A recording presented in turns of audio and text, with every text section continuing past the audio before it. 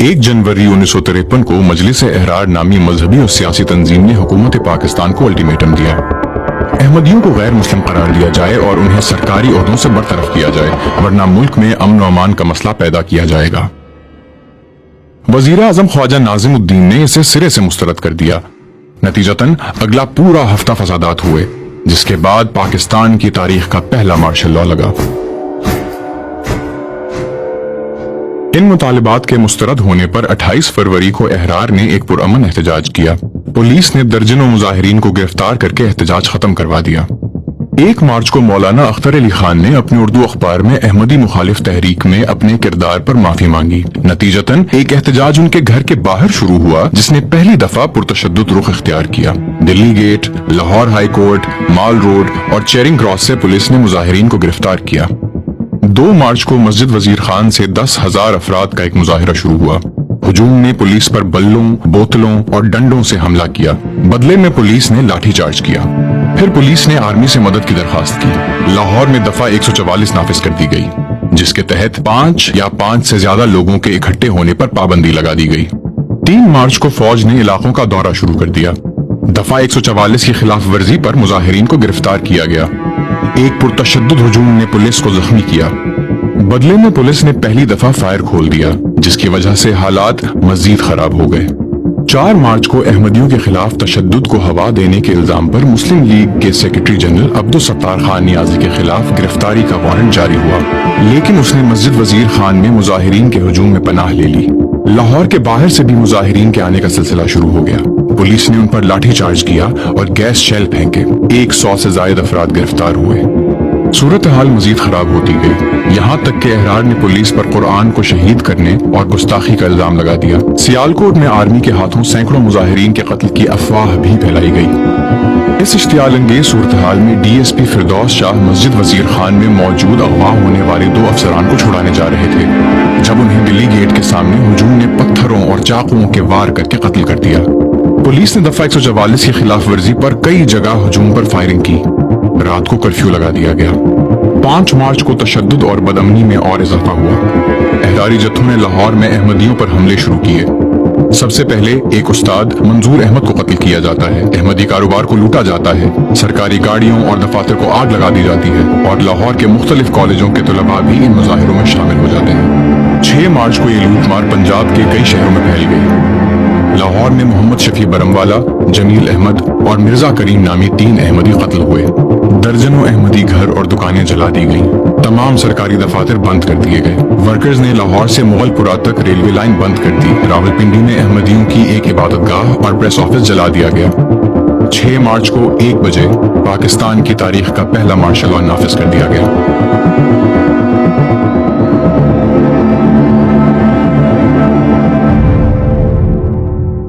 जब भी हम किसी फसाद की कहानी सुनते हैं तो ये आम तौर पर कुछ इस तरह से होती है। एक पुरतशद्दुद जत्थे ने बदअमनी और इंतशार फैलाया।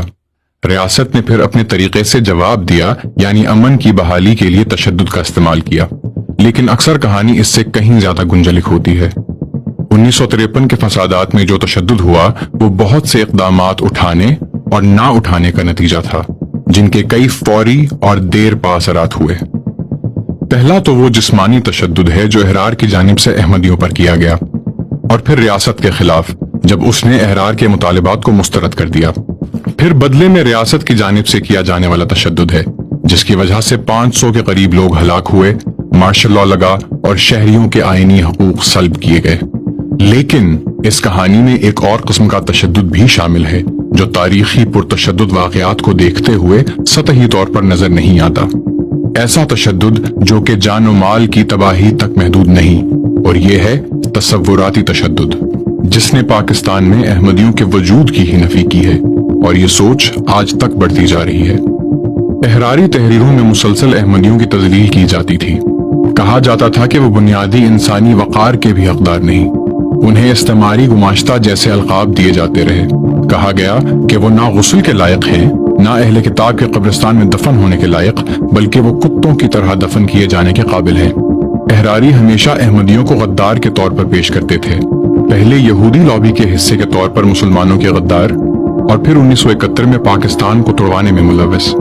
1993 में यूसुफ लुधियानवी ने यहाँ तक लिखा कि अहमदियों की खिदमत या कामयाबियों का एतराफ भी आपको गद्दार बना देता है।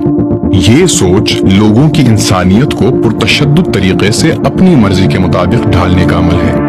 जबरदस्ती किसी को अलहदा करने का अमल, जिसमें उनको सिर्फ उनके मजहब की बुनियाद पर शनाख्त करते हुए किसी भी दूसरे इंसानी किरदार के इम्कान को मुस्तरद कर दिया जाता है। यूं आहिस्ता आहिस्ता अहरार ने अहमदी लफ्ज को कादियानी में तब्दील कर दिया, जो कि एक गाली की तरह बन चुका है। जैसे इजरायली साम्राज्य की नजर में फलस्तीनी अरबी कुत्ते और रवांडा के हुतू के लिए तूतसी कॉकरोच, इसी तरह पाकिस्तान के अहमदियों को इंसानों से बदतर बना दिया गया, जो कि हैं ही वाजिबुल कत्ल, जिनको सफ़ाई हस्ती से ही मिटा देना चाहिए।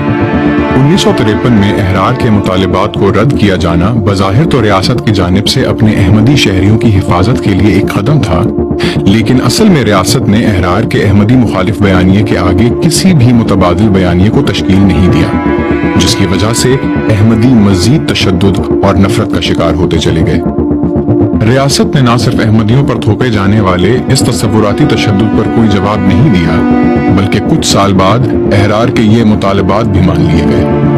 आप देख लें कि अहमदियों का मसला इसी दौर में 90 साल का मसला, इसी दौर में इसका फैसला, आखिरी फैसला जो कौमी असेंबली ने किया है, जो 90 साल से चल रहा था, वो इसी वक्त में हुआ। अगरचे कादियानी और अहमदियों की को मौजूदा हुकूमत के बरसर इक़्तिदार आने से पहले ही गैर मुस्लिम अक़लियत करार दिया जा चुका था, लेकिन इस फैसले को अमली शक्ल देने के लिए कोई कानून नहीं बनाया गया। दूसरे कई कामों की तरह इस कानून की तैयारी और निफाज की सआदत भी अल्लाह ताला के फजल और करम से मौजूदा हुकूमत के हिस्से में आई है, और इस कानून के अंदरून मुल्क और बैरून मुल्क बड़े अच्छे असरात मुरत्तब हैं, और एक फितना जो एक अरसा से हमारी सफ़ों में बोया गया था, उसका कला कमा हो चुका है। जब रियासत ने अहरार के खिलाफ अपनी ताकत इस्तेमाल की, उसकी वजह सिर्फ ये बताना था कि तशद्दुद पर सिर्फ रियासत का हक है। माजी के ये वाक़यात साबित करते हैं कि इतनी ज्यादा खूनरेज़ी का आगाज हथियारों से नहीं बल्कि अल्फाज से होता है। जब रियासत जिस्मानी तशद्दुद की मुखालिफत करे लेकिन तसव्वुराती तशद्दुद को जायज करार दे, तो ये शहरियों में खौफ और गुस्सा पैदा करता है। जब रियासती इदारे नाराज शहरियों को ताकत से जवाब दें, तो शहरी के बारे में रियासत का नजरिया वाज़ेह होता है। जब हम इंसानों से उनकी सोच और उसूलों के मुताबिक ताल्लुक कायम करने से इनकार करते हैं, तो उसके हमारी इज्तिमाई इंसानियत पर क्या असरात होते हैं? क्या हम समझ सकते हैं कि ये इनकार खुद एक किस्म का तशद्दुद है? आज पाकिस्तानी मुआशरे में शायद अहरार की इतनी मौजूदगी ना हो, लेकिन अहमदियों के बारे में उनकी सोच हर तरफ मौजूद है। उनका ये इंसानियत मुखालिफ बयानिया अब दूसरे फिरकों तक भी फैल गया है। पाकिस्तानी रियासत हर वक्त गैर रियासती तशद्दुद को डंडे और असलहे से कुचलने में तैयार खड़ी नजर आती है, लेकिन इस नफरत और बदअमनी के बीच बोने में ये खुद भी मुलव्वस है। क्यों गज़ब भड़का खुदा का, मुझसे पूछो गाफिलो,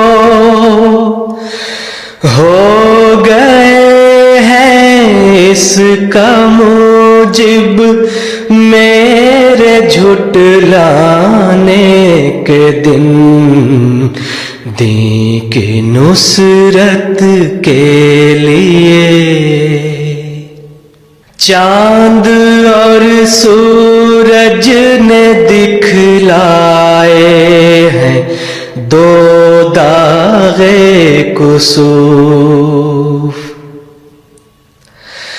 चांद और सूरज ने दिखलाए हैं दो दागे कुसूफ। फिर ज़मीं भी हो गई बेताब थर्राने के दिन,